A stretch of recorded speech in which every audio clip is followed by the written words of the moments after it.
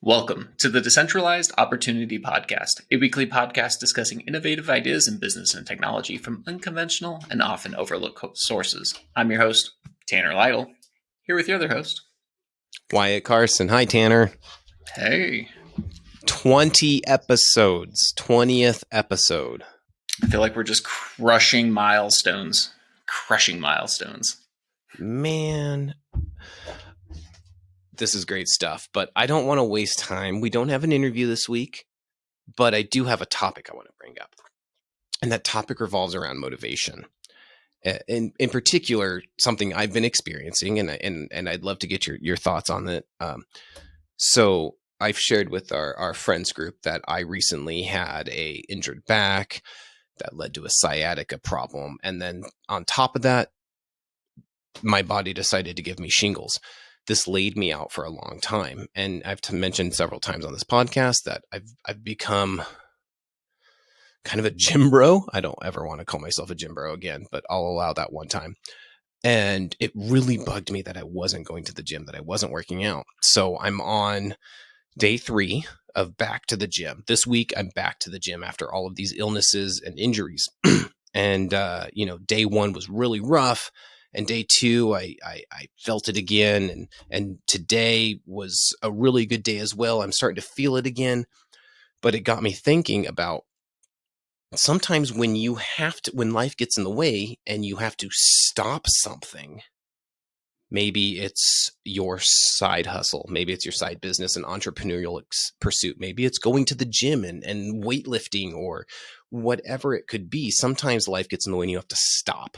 Like full momentum, you are at a standstill. Getting back to that movement stage, getting back into the groove of things is something that I really spent a lot of time thinking about, because I probably could have gone to the gym earlier than I did this week, but finally I had to talk myself into it. So I wanted to talk about motivation, and not motivation in starting something, because we've talked about that in this podcast. I want to talk about when life gets in the way and you are at a standstill. How do you pick back up and continue where you left off and get moving again? What do you think? Yeah, this is something that I'm glad you brought up because I struggle with it a lot myself. And I always find that I have a hard time just starting again, getting myself in motion. Once I'm in motion, then I a lot of times don't want to stop because I'm excited, I'm enthralled and all the stuff. But I am the king of just sitting at the couch or being on my computer and not actually wanting to open up that document or get something like just start the project, pick up the paintbrush, do whatever that I'm wanting to do. And yeah, I'd love to dig in deep with you on this because, we've talked about like every person has their great idea for a business. And when the motivation's hot and it's brand new, it's exciting and you're ready and you get kickstarted. And then before you know it, either like something derails you or you hit your first roadblock, which stops you. And then how do you persevere? How do you keep going with those subjects? Yeah, absolutely. And roadblocks are a fact of life with anything you are trying to pursue, right? And roadblocks can be a killer. Yeah, you hit it on the head, and we've said it a million times on this podcast. Everyone has a business idea, and some people get that moving. And I'm not saying they start their business, but they go down that path and they start exploring and brainstorming. And maybe they, start a podcast. But then, life hits them in the face. Both you and I, we're married. We have kids. We have day jobs. There's a lot of outside influences that can impact us, right? And that could make us stop what we're doing because life gets busy. You and I have both shared this, and we're both kind of ashamed of it. But I think it's real and honest that there have been times on our recording day for this podcast where both you and I give a 4 or 5 p.m. are just like, oh, I just want to call in sick. I just don't want to do it. The motivation is gone. It's sapped. And we keep doing it because we're here on episode 20. Go us. Congratulations. Why do we keep going? Let's start small. Let's start small and build up on this idea. You and I in this podcast, this is something you and I understand very well because we both felt that just kind of, oh, I don't want to record tonight, but we do it. Why do we do it, Tanner? What do you think? So there's a lot of different things I think that we will touch in over the course of the podcast, but one is we're accountable to each other. We don't want to have to send that text of like, oh, I don't feel like it, because if the other person's going to be like, well, are you sick? Is something up? We genuinely care about each other, and so we might dig in a little bit deeper. And just, oh, I don't feel like it is not an excuse.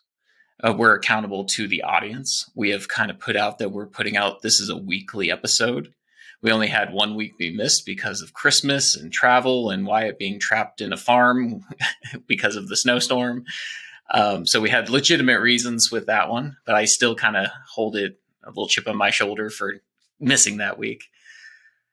And then we're also treating this like a job, like we're professionals. And I think that's where we can kind of touch into next. So there's a book I really loved called The War of Art by Stephen Prescott. We'll put it in the show notes. But he talks about so many writers always feel like they're blessed by the muse, and when the muse strikes them, they can write forever. But when they're not, they get hit with writer's block and they just can't do anything and they never proceed. And he talks about how writer's block is really a myth, because if you're going to be a good writer, you're going to be a professional and you're going to be at your chair 8 a.m. just like if it was a day job. And so many times we don't treat our side hustles or our projects or the things we enjoy with the same level of, I don't know, professionalism or care, or at that same prestige that we would with if it was a job or those things. So I think that's a really good thing for us too. We know when we're going to record, we know basically what we're going to do, and we're serious about it. I can't disagree with that at all. I can guarantee you, if say a year ago I had started this podcast myself, which I wouldn't have, but if I had, I wouldn't make it to episode 20, because it would be very easy to talk myself out of doing it. I could make a million justifications for why I can just push it off a day, or I can just skip this week. No one will notice. But when there's accountability, and Tanner's texting me at, 1 p.m. on our recording day being like, hey, you ready? Let's go over our list, or hey, let's talk about our interviewee or whatever. I'm accountable to him. And if I just drop the ball, I don't just negatively impact myself, I'm impacting you. And that's a big driver for me. Accountability really is powerful, isn't it? And it's just, even with our calendars, there's not a choice in the sense to not do it, because we put it in. It's we record at the same time every week. There's just part of me, it hits a certain part of the night, I just go get ready for the podcast. I'm not even thinking about it in that sense, because we've been doing it enough that it's kind of ingrained in me as well.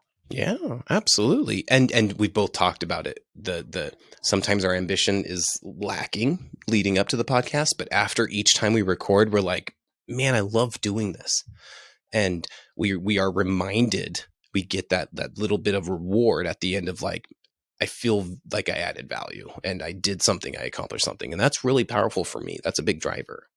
Yeah. The other thing too is sometimes we're not as successful, and then we just want to just figure out what we did wrong and continue to make it successful. So it's the passion behind it as well that really drives, because we want to make a quality product for the listeners, and we want to make a quality product for ourselves because we enjoy doing this and we get a lot from it. I love when you say showing how the sausage is made. That's a phrase that is stuck in my mind since we've started this podcast, because you say it a lot. And I love the concept because, let's be honest, exactly as you said, sometimes we fail. Sometimes we finish a recording of a podcast and we're just like, I don't think that's the winner. And we need to go back to the drawing board. And that's okay. That is okay in your physical pursuits, whether you're going to the gym or picking up running. That's okay in your entrepreneurial pursuits. It's okay to say, you know what? I wasn't my best at that. Let's pick this back up and regroup and make a good product for our customers, our audience. But exactly as you said, for ourselves, if I want to feel good after I make something, And there's serious value in knowing that I put out something good and I'm comfortable and happy with it. And if we're not, it's okay to say, hey, we dropped the ball on that, bud. Let's try again, right? Exactly. So, we really need to get past that motivation stage, because when we first started the podcast idea, we were super motivated. We were researching what platforms to do, what equipment we need, Yep. all this different stuff. But that's really not what stuck us with it and where we are today. Because again, we're 20 episodes in, and we've been building a community and interviewing people and doing all these things. And we just finished Founders University. And this kind of reminds me of, they were talking about when you have a startup idea, they're like, no one cares about your idea. They care about what you've built and what you can show them. And so this is getting back to the podcast. And if we were just motivated and we're like, we're going to start a podcast, and we do all this research, and maybe we got, one episode recorded, and then, we just didn't stick with it, then no one's going to care. And it didn't matter. It would just kind of fall to the wayside. And especially if we would have stopped for a few weeks and had that gap, we would have fell off, and we probably wouldn't have picked up, like you said. So it's all about, I would say, forming good habits, within the day, and kind of ingraining it. So it's not a choice to record, in a sense. It's just, again, it hits a certain part of the night, I start setting up because I know that you're going to be there for me, and we're going to do that. So I don't know, what's your feeling there?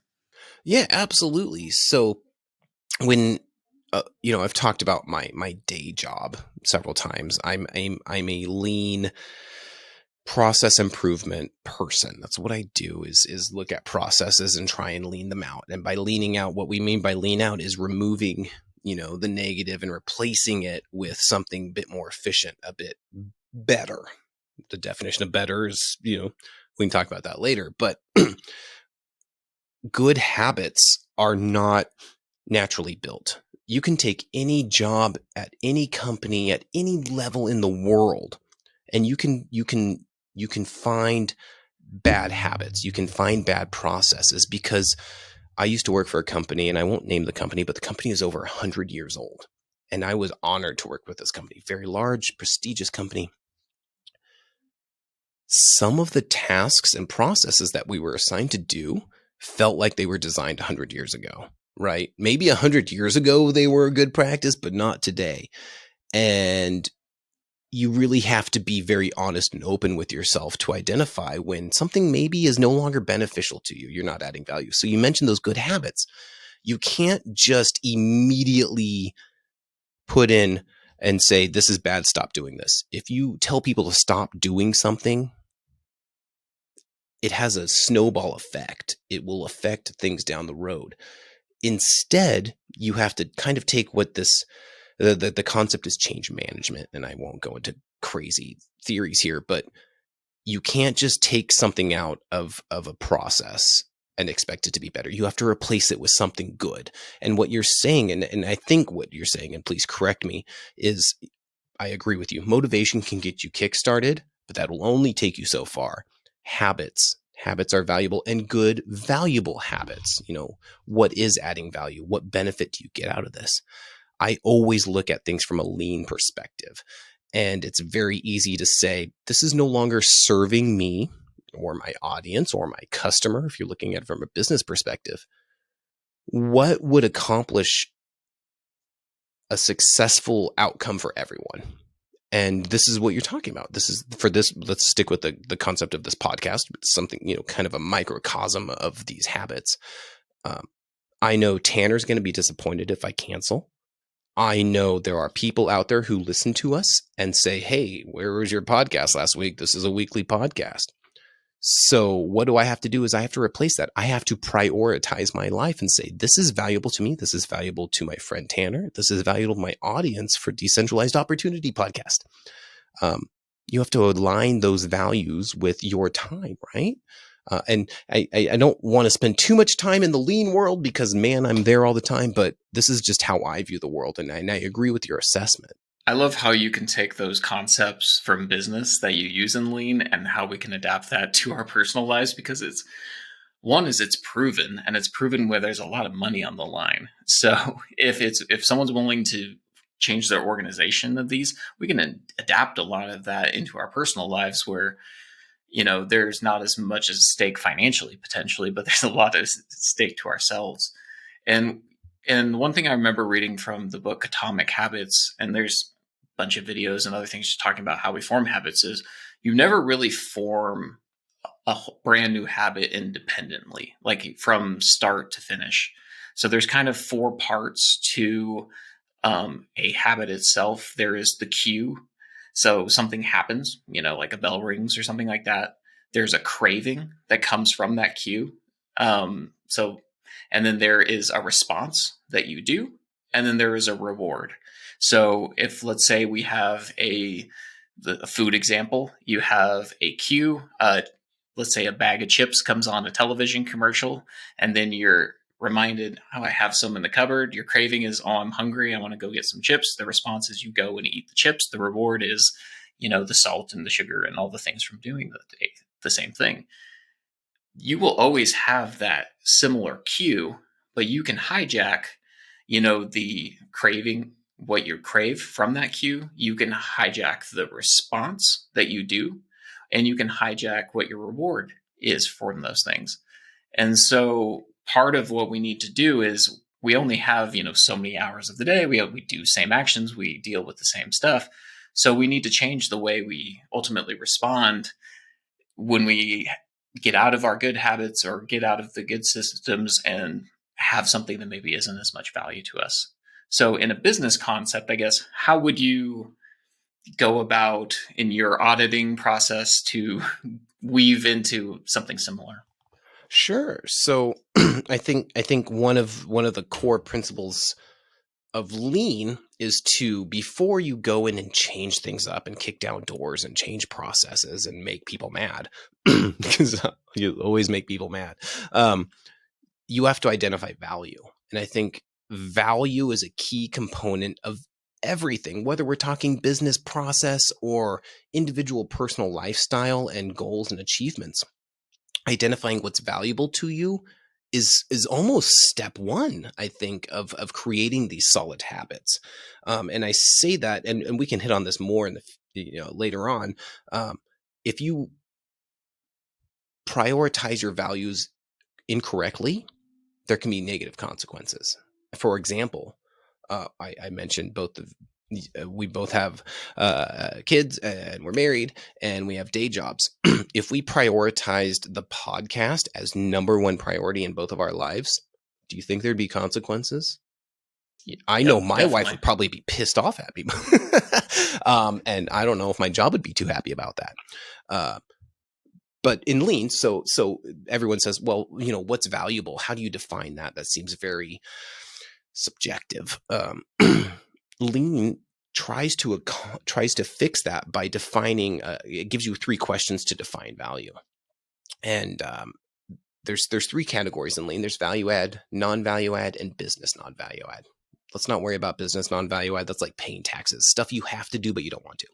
So really, we're stuck with value add and non-value add. And there's 3 questions in lean that tell you if it's value add. And those 3 questions are: is the customer willing to pay for it? And we'll talk business scenario right now, and we'll translate that to how maybe this could be a personal thing. But is the customer willing to pay for it? Is it done right the first time? And does it actively transform the good or service? If you answer yes to all 3 of those questions, it's value add. But if any of those questions are answered with a no, as in it's not done right the first time, we have to continually redo it because of quality issues, for example, it's instantly non-value add. You cannot put it in the value add category. Now let's translate that into a personal, maybe a hobby or a side hustle. Is the customer willing to pay for it? I really interpret that as, do you receive value, or does your audience or potential customer receive value out of it? And they're not. I'm not asking people to pay for this podcast. That's not what I'm saying. But are people finding value in this? Do people actively listen? And we know from our stats and stuff that yes, the answer is yes. Is it done right the first time? Sometimes, like I just mentioned, sometimes we have to scrap it and say, hey, let's try again. But for the most part, we try and be genuine and honest, and we put out a good product. And then the final third one is, does it actively transform the good or service? And the good or service is up to you in terms of a hobby or a side business. What are you trying to accomplish? And is what you're doing right now helping you accomplish that? So I always look at things from those three very definite questions. And if I ever answer no, then I have to reevaluate where it is on my priority list. Yeah, no, I love what you're saying about a priority list or a hierarchy of values. This is actually something that I put into practice a while ago. And similar to kind of like a gratitude journal, it's just you go back into it just to realign yourself where you should be focusing on what means the most to you. And so it's just a list of different parts. And so at the top of the list, top of the hierarchy is yourself. Because if you're not here, you're not doing any good. So broken down into that is I broke down into like my body. So part of like my fitness, my diet, my mind, part of it. So how like my readings, the things, my outlooks in life, and then my spirit. And that is a part that once you kind of figure out where you want to be, you can point yourself in the direction. After that, you have your family, you have your community, which can include like your friends groups, things like that. You can have your work or your vocation in alignment because all those things are important. And then you can break down into other things that are important to you. So, like your hobbies, the things that you have around, like your home, and then just kind of listing out what it actually matters in those things and what actions you want to take within them, and keep that at the forefront because it's so easy. And this is one of the reasons I feel like I personally don't stick with a lot of things that I want to start, but I lose track of. I have too much. I'm constantly swayed with like, oh, I'd love to do this and I want to do that. Or, oh, I met this person. They're great. We need to keep connected. And then they fall off my radar. So having this list, this hierarchy for me is important just to make sure that I'm not, losing sight of what is important. Absolutely. I was talking to my wife kind of about this topic because weird things happened over the last week in my family. For the last like 4 or 5 days straight, around 7 p.m., my wife, myself, my 8-year-old, and my 6-year-old, we sit on our tiny couch upstairs. It's not even comfortable. And my kids get on their tablet and we get on our phones, which I know, hear me out, I know, bad habits. But we play Among Us, and we have for the last like 5 days straight, just consistently. It's become like a weird pre-bed thing, and this won't last. We're all getting slightly bored of it, but it has become immensely valuable to me. And just it's cute, it's fun. Imagine trying to play Among Us with a 6-year-old. Man, she's not good at it. I won't tell her that, but it's just fun and cute, and we're kind of a family unit playing a silly game before they go to bed. And that playing Among Us sitting on our couch skyrockets to the top of my value charts because of what I'm getting out of it. This is prioritized for me, that time with my family.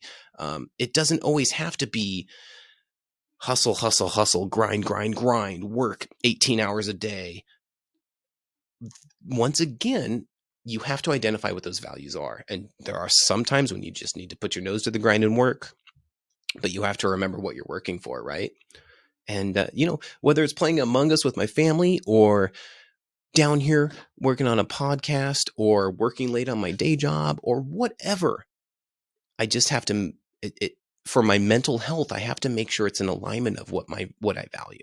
And if I'm working extra, extra hard on something I don't value, I have to stop and say, what am I doing? Is this how I want to spend my day? Is this how I want to spend my life? Is this how I want to deprioritize everything else in my life? So yeah, there's immense value to it. And I think people being cognizant, I love the idea of the journal. I wish I was better at journaling. This is something every single day. Just at the gym this morning, I was thinking, God, I wish I could get up and journal and then go to the gym, or journal after I go to the gym. And you know what? I don't.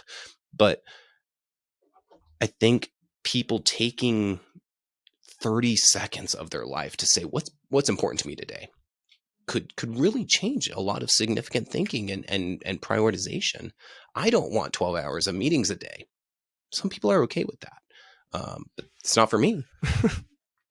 Yeah, so I do journaling every day, and it was something I had to again replace because I too struggled. It was always the idea of like how am wouldn't it be great if I could write down everything and get what I've been going through in my head out on paper so I could at least get it out of my head and there. And for the longest time, it was just an idea, but I never did it. And it wasn't until I had some external accountability, I had people who were telling me it was important. I had lots of ideas I needed to distill. But also, I formed a morning routine for myself that is all part of it. And then I reduced as much friction as I could. So it's a really easy Notion template that I just copy paste. I have a checklist, which I am a sucker for checklists and I love to get everything done. And I've been adding to it, which is great. But I realized, there's only so many hours in a day, but you're going to fill them all because you're here. And, getting back into the subject of like me not wanting to start, I'm not doing anything valuable in the by not starting those things. I'm oftentimes doing something that's very unproductive or very unvaluable because I'm just putting off doing what I should be doing. And it's important to really figure out what is valuable to you, look at a calendar, look how much time stuff takes, and prioritize and slot those things in. And you'd be amazed. And this is one of my big things too, because I have coworkers, and they're like, "You do so much. You work, you have this podcast, you read, you have your family. You have you have all these things. I don't know how you do it." And it's like, well, most of the stuff I do really doesn't take that much time. I can do most of my workout stuff within a certain block. I can batch certain things so I can do multiple stuff at the same time. And it's not overwhelming because I find it enjoyable and valuable. And if it was too much, I would have stopped. I'm always, a little trial and error in that. But it's just filling your day with things that are worth doing. And I love what you were saying, like your family. It might seem silly to play Among Us, but no, that's quality time with the family. That's extremely important. But if you were just sitting alone playing video games with strangers, is that valuable to you? Is that really? And I put again that hierarchy of values. It's you got to put yourself at the top, and so many people don't do this. They always put others before them. But if you're not right in your mind, your body, your spirit, you're not going to be truly a help to other people. You might, you're just going to be a shell of potential of what you could have been. So get yourself right. And the next step for me is my family. That's way above my work. That's way above my physical goods and items, my car, my house. They're my number. If again, they're my number two. In many ways, I want to say they're my number one. But again, I'm no good to them if I'm not here. So I gotta put me there. And then you just go down from the list and you'll find if you kind of catalog, and you were talking about this with Lean, with doing some of these audits and stuff, you'll find that you spend so much time on stuff that just doesn't matter. Just doesn't matter. And I've done this so much where I will be surfing Twitter and I will get so enraged on something that happened that doesn't affect me in a country that's far away. Or I was listening to a new book by Tim Urban, and he talked about how people are now so obsessed with politics and stuff. And he's like, everyone knows who the superstars are in the politics game, but they can't name their own congressman of their own state. But they can tell you, who's in the headlines for this. And it's like, ultimately, it doesn't really matter. It's almost just like this junk food that's happening. And so take an audit, see what you're, quote, eating, whether it be physically or in your mind, and prioritize what matters to you. Gosh, that really made me think, because I suppose first off, let me start. You made two really great points I want to hit on and kind of elaborate on. The first one is putting yourself first, and like I think I have, but didn't consciously. But you're absolutely right. You have to be number one in your life. And I know everyone says, "Oh, my kids and my family are number one," and I understand and appreciate that. I love my family. I know you love your family, but you're spot on. Like, your family's not gaining any of your benefit if you're not here. And I'm talking physically, as in not alive, or mentally, as in you are in another space. You are not actively with them. So you have to be your first priority. And I love that concept. It's something that I think is the reason I started going to the gym, is to put myself a little first. But you put yourself first, not to be selfish, but to be able to share yourself and to be able to have the mental capacity. So I love that concept, Tanner. Well said. Yourself first. That really resonates with me. I think I've done it unconsciously, but consciously putting yourself first and making yourself better mentally and physically and health wise is what I mean by physically. You know, not everyone has to be a bodybuilder. That's not what I'm trying to do. I'm just trying to live past a heart attack. There's immense value in that. But so let's talk about measuring, though. I think measuring what's valuable to you. There's a quote that I love, and I know you're the quote guy. I have a quote, and this is going to lead into another wonderful conversation, which is about hustle culture and when can motivation, when can priorities, when can having multiple pursuits become toxic, maybe, or become unhealthy. Toxic might be a strong word. So before I get into my quote, you and I both, we absorb a lot of information and a lot of data in the form of business information, but we also are kind of suckers for the motivation game. Can we be honest with ourselves? And what I mean by that is, I mean self-help books, business books, uh, those motivational gurus. I love them, and this is not meant to be an insult, but like I tell everyone that I can watch a David Goggins 3-minute TikTok and come out feeling pumped and like I can take over the world, but 5 minutes later I'm off into another world and don't care and don't remember what he told me. Motivational speakers and all of that stuff can provide value, but after a while you're just absorbing information, not acting upon it. So this quote that I want to give you, I'm a huge fan of, says, "Your only motivation is future you, and your only competition is past you. Other people are merely data. Use them wisely." And there's several parts I got to break up that saying in. So your only motivation is future you. That's valuable to me. I like that in the sense that, and this is something I've learned more as I've gotten older. I call my 30s the greatest time for me mentally and the hardest time for me to accept physically. I've got backaches, but I've started to learn that like I'm cool, I like me, and I just want to be better for Wyatt, right? So your only motivation is future you.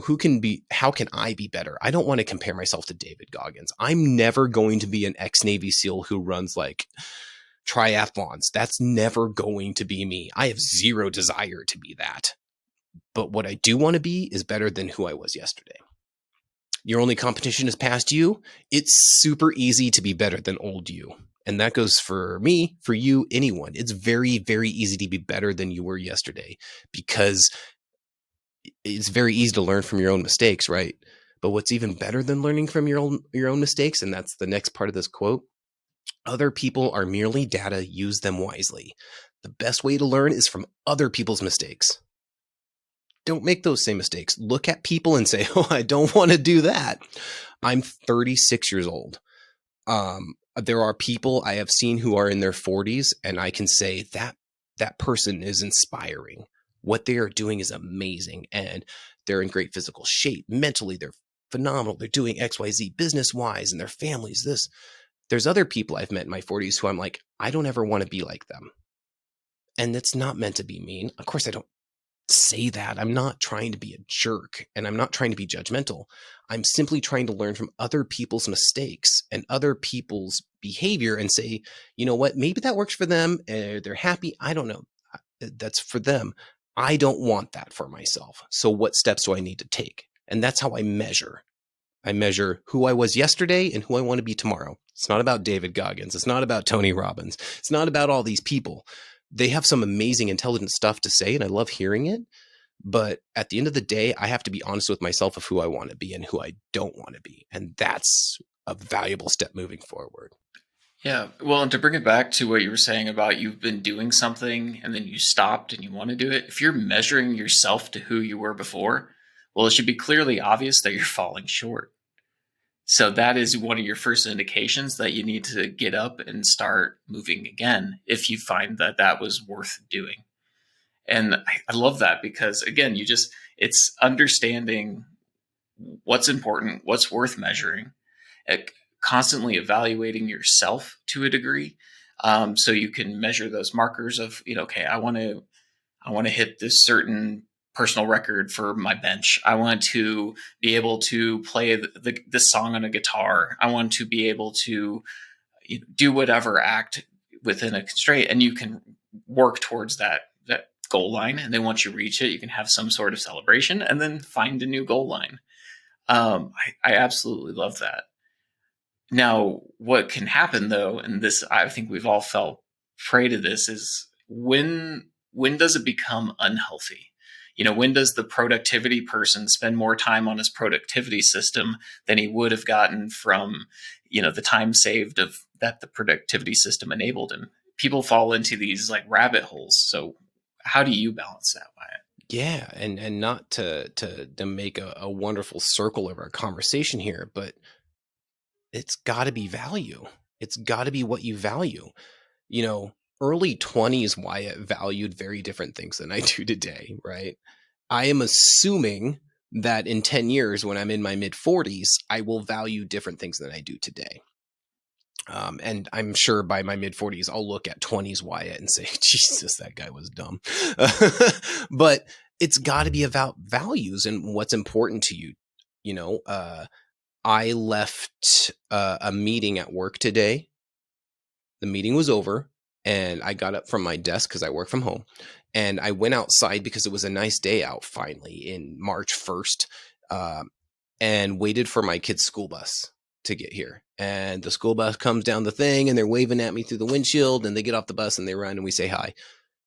That was extremely valuable to me. Now, to make a kind of a opposite comparison, you can always take things too far. You can take your work too far, and that's workaholics. Those people who work 12 to 16 hours a day. What's scary is when people work 12 to 16 hours a day and are proud of it.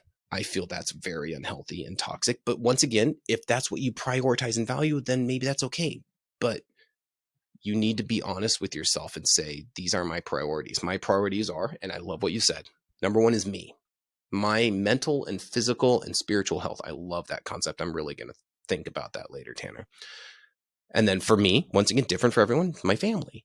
And then, maybe it's my job because my job is, pays bills. And you have to go through this mental exercise sometimes. And it doesn't have to be a hard thing. Sometimes you're just sitting in bed waiting to go to bed is what's important to me. And I don't want to get into gratitude right now and all those things. That's important. But obsession comes when your priorities are misaligned and you are doing things that negatively impact your other priorities or your other values. An example, I gave the workaholic example, but I could neglect my job for the sake of my family, and that's not healthy either. I love my family dearly. I love being a dad and a husband, and I could do that 24 hours a day, but then I'd lose my job and my family would then suffer. It's always it's always a balance. Yep. And it's really trying to figure out what's that when you cross the line from what you value to what you're obsessing over. And there can be times where you're valuing something that really isn't valuable. And then all of a sudden you start obsessing about something that really isn't valuable. And, we talked about, again, you only have so many hours of the day, and it's not just your actions, but it's your thoughts. If you find something that is consuming your thoughts way more than it should be, even if it's something that's valuable to you, perhaps you're obsessing over it. And perhaps that's where you need to pull back and recognize. And this is something, I can talk about where when I was in my 20s, I really wanted to lose weight.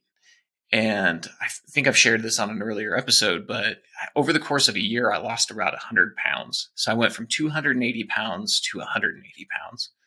And I'm going to try to kind of rehash and think about and document like what I did wrong, but I did it the wrong way. It started off really good and healthy. Like I cut off pop. I started exercising and doing these things. I saw really big gains, but by the end of it, all the systems that I had put in place for like monitoring how much food I'm eating so I'm not overeating, I started to gamify. And I started to realize, oh, I can skip lunch because then I don't have to, that'll keep my number lower. Or I don't want to eat this because I don't want to enter it. And before, and I just kept, it didn't become about me or my health. It just became about losing the weight. And what that brought me was ultimately just really unhealthy. And you can take that to anything. And it's scary. And that's where having a good group of friends, family, community, and those, again, that second and third rung on that hierarchy value, those are the people that will also keep you in check as long as you're genuine with them. The internet should not be on your hierarchy of values past just being a tool to enable you to do something. The thoughts of people, the thoughts and concerns of people you will never meet probably don't need to be on there. But man, they're easy to obsess over. And Absolutely. just, yeah, figuring out and recognizing those. And I was thinking about this recently too. Again, get hit with Founder University. They talked about they wanted a founder to go all in when they make an investment, and this scared both you and I. We had The talked about this. First class, we had to meet afterwards. And we're like, whoa, yeah. It's like I can't quit my job and do all this right away. And I realized, though, thinking about this, that's really not healthy. It works out for the venture firm because they're putting money into you. They want to hedge that risk and get the most chances of getting their money back plus some, hopefully many, many times over. But if you're a founder and you're giving it everything and you're obsessing over it and you're disregarding your health, disregarding your family, and you're so focused and obsessed on only the startup, well, you're risking way more than that investment. You're risking yourself. And ultimately, if you're forming a startup, you need to be right at those top hierarchies before you even think about really dedicating towards those lower rungs. Because if you're misaligned up there, your odds of striking gold at the bottom is going to be so much lower. And so, yeah, don't give yourself all. And that's the culture. And that's what you're saying about hustle culture too, right? It's just grind, grind, grind. Everything's about the job. It's not about you. And it's so toxic. Yeah. And once again, for the audience, it's specific to the individual. You know what? Maybe you're not married and you have some disposable capital, and maybe you can afford to work 16 hours a day on your hustle. There's value in working hard to something. I can't deny that value. You just have to ask yourself what you're sacrificing in exchange for that. Will living the hustle culture and grinding 16 hours a day make you a millionaire? Absolutely, 100% not. Could it? Sure, maybe, hypothetically, if you're lucky. And then, there's lots of studies out there about, actual valuable work. I think you've quoted one, like people actually provide like 3 to 4 hours of valuable work a day, right? What are you doing for that other 12 hours of the day you're hustling? You're just going through motions. But once again, it's different for people. In my mid-30s with a family, I can't afford to work 16 hours a day on a side hustle. Maybe some people in different situations can, and more power to you. I want to talk real quick. This is something I found fascinating, and I'm not here to just hate on hustle culture. I just feel like some people have gone taken far away from it. They've taken it to an extreme. According to simplypsychology.com, there's a psychologist, her name's Annabelle Lim. About 2-3 years ago, she wrote an article about hustle culture, and in it, she discussed the study about how hustle culture is so prevalent and so socially acceptable in our society because it uses a special type of reinforcement, scheduling. And what that means is it uses something called operant conditioning. Do you know what else uses operant conditioning? The lottery. And what that means is if you just keep doing it, you might win sometimes. You're not guaranteed. In fact, it's going to be astronomically rare, but like there's a chance, 1 in 150 billion chance that you could win the lottery. Hustle culture is the exact same thing. You just keep going. You might actually like become a multimillionaire founder, but you've got to you've got to take a step back and think, how many people are hustling out there? And then how many of those people have become multi-billionaire, founders? The number is tiny, like winning the lottery. And that's why hustle culture is so successful, is because it's the exact same conditioning and psychology used in the lottery. And you know what? I don't want to draw a necessarily hard line, but for decades they have referred to the American lottery system as the poor person's tax, because it wastes your time, it wastes a ton of your money, and almost no one wins. And hustle culture runs off the exact same psychology principles. So I'm done hating on hustle culture. I'm just saying, at the end of this whole discussion needs to be wrapped up in a pretty bow. From my Yeah. perspective, it just needs to be appropriately valued in your life. Yeah, I'm going to continue to hate on hustle culture a little bit because okay, good. I love it. What you said to what we have been talking about, just things have been clicking in my head. So, hustle culture itself puts the hustle at the top of the hierarchy. And if you look at ultimately what is a healthy hierarchy, most of the time it's towards the bottom. Sure. Again, it's you, it's your family, it's your community, it's all those other things before really it hits, your vocation and your other stuff. By putting it at the top and not having the really valuable houses in order, you're just setting yourself with this most unshaky, like the most shaky ground you can stand on. Okay. Yeah. And so, like you're saying, there's people in different stages of their life. So if you have yourself in order, you have, those top things. Let's say you don't, like you were talking about, you don't have a family, so you don't have to worry as much. I mean, everyone has a family to a degree, but you don't have the same level of responsibilities with, a wife, children, those things. You might not be so entrenched in a certain amount of community and those things. You have your body right, you got your mind right, you got your spirit right. You're all in aligned to a certain degree. Well, of course, then you'll have the resources to dedicate more to that vocation and that hustle culture. You don't have the other things straining on you. But by putting it at the top, it's like you're saying, it's just this false, like, goal, this false idol, this golden calf in the desert that's going to get after you. And you worship that. And it's wrong. And even if you win the lottery, that might not make you happy because it wasn't really that valuable to you. If you yourself aren't right and you win the lottery, well, it's just going to exacerbate everything that is wrong with you. And that's why you see so many lottery winners, go broke or, overdose or all these terrible things that can happen by winning the lottery. They didn't have their houses in order in the higher parts. Same goes with the family. You can work all the time and then you're in your 60s and you realize I don't have a meaningful relationship. Or it's not all when you're on your deathbed, you're not just like, man, I wish I had more cash sitting around me. You want the people that value that mean something to you around. Yeah. And this culture of just hustling for the hustle's sake, and it's feeds into itself, like you were saying with appointments. Oh, if I can have more appointments. It's like, well, what are you getting from each appointment?